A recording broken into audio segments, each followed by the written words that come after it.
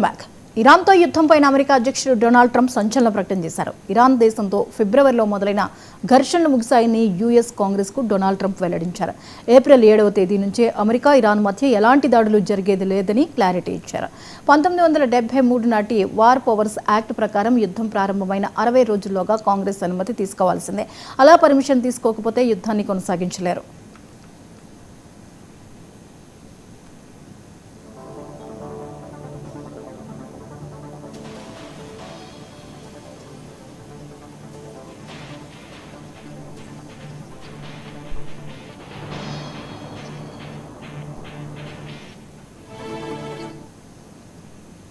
అయితే ఆ గడువు నిన్నటితో ముగిసింది.